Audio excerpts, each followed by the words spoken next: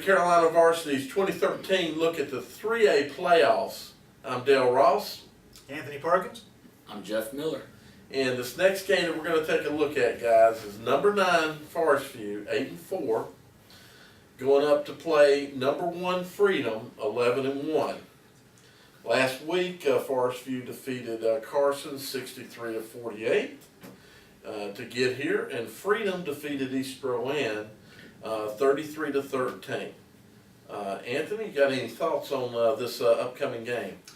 Well, I think this is going to be a good. I think this is unfortunate. This is also a second round game. Right. Freedom obviously is the number 1 seed. They earned that by a 3-way coin toss between them, Concord and South Point, Yep. and they were the fortunate ones. And the thing is, they did have one loss this year. Concord and South Point did not. Exactly. But still, yeah, it is what it is. Yeah. They still deserve to be where they're at, though. They had a good season. Forestview likewise has had a good season. Forestview has got a little bit. The record is not quite up to par with Freedom's, but I think that's deceiving, and here's why. I think it's deceiving because a couple weeks ago, whenever a quarterback went out with an ankle injury, that's whenever Forestview took a downturn as far as wins and losses. Except for the first game of the season with the South Carolina team. And that's mainly where their losses, that's a span where they lost their 3 games in a row, South Point, Ashbrook, and Hunter Hess, I think it was. Not only that, they say he should be back this week, and then also O'Neal, who was injured earlier in the year, is back running, and I think that makes Forestview doubly dangerous because it gives them the added dimension of a very good rushing attack.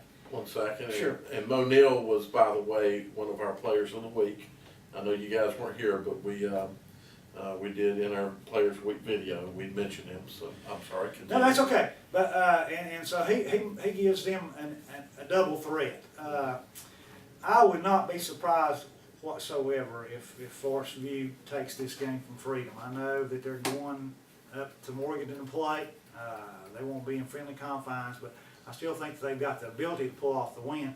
Actually, last week against Carson, it should have been a whole lot worse than what it was. They had a meltdown 2 minutes before the half and allowed Carson to score 3 touchdowns in like a minute 45 seconds. Otherwise, that would have been a blowout city. But Right. I don't know. I don't think you should be surprised whenever Forestview comes home with a win on Friday night. Okay. Jeff, what do you Yes. think about this game? You know, I think Forestview will go up to Morganton and take the win from Freedom by 7 points. No, I'm not predicting a blowout because I think Freedom's a good team. I just think Forestview, they just, even without starting quarterback Logan Bradley, they are loaded with athletes. And a 7-4 record could easily be a 10-1 record, or 11-1 record, including the playoff win over Carson. I mean, 8 points. 1 point loss to Nation Ford, 3-point loss to Ashbrook, and a 4-point loss to Hunter Huss. Now the Hunter Huss game was when they lost Bradley. The Ashbrook game, the team just didn't seem up to par. Well, and Ashbrook's a good team. Yeah, they are. Oh, yep. And Forestview, they were battle tested the last 3 out of 4 weeks in the regular season. You go up against South Point, then you go up against a good team like Ashbrook and a highly underrated team like Hunter Huss. Then they took all their frustration out on East Gaston.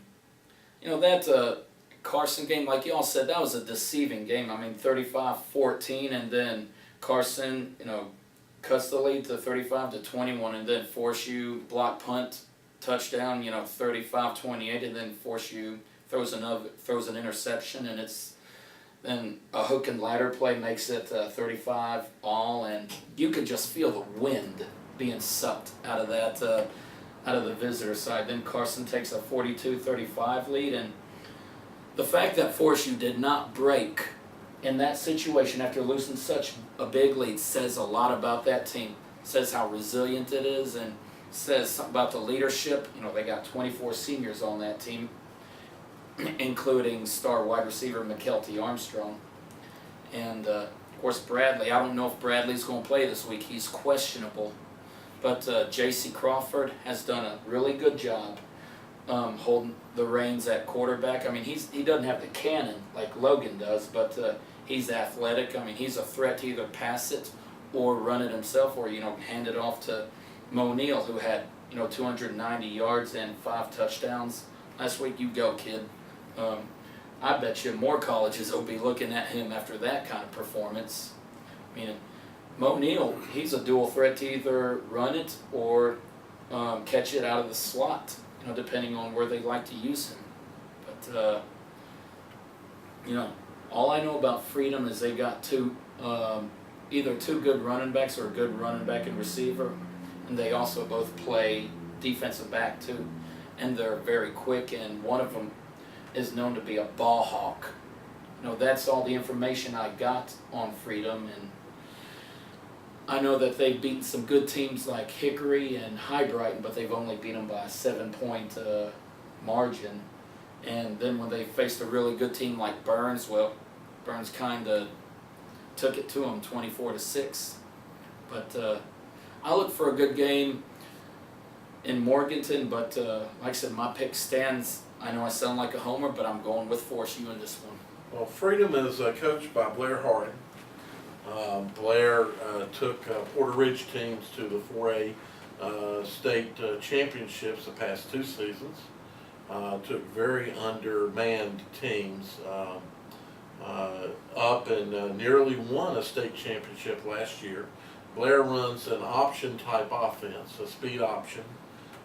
So you can expect to see, you know, a lot of, just kind of right now looking up their stats to see hopefully what they may have put into max preps, and I don't really see enough games here to really be able to break down what we've got here. We've got one running back with 1,605 yards, Emmons. He's a sophomore, 1,605 yards, wow, from a sophomore. Another running back, Bridges, has 962, so there's 2,500 yards rushing there. For the team, they have rushed for 3,400 yards, and that's not surprising from a Blair Hardin team. That's they're going to put a lot of yards up on the ground offensively, and then they've thrown for nearly 1,600 yards.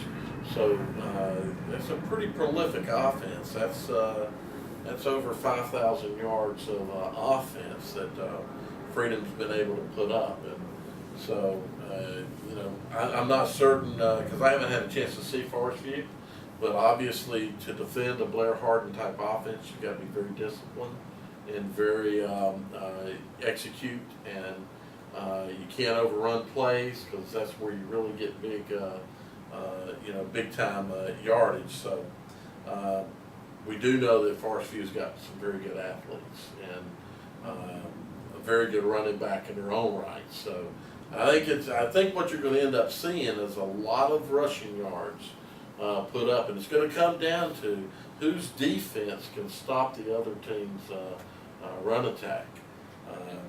Well, what's the Forestview's quarterback's name that's out, or I forgot his name? Logan Bradley. Yeah.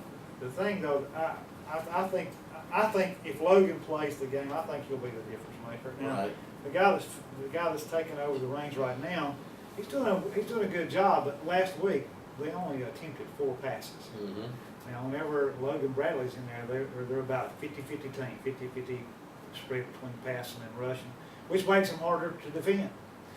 So I think his presence will be a big key. Of course, they're capable of winning without Logan playing. Of course, they're also capable of losing whether he plays or not.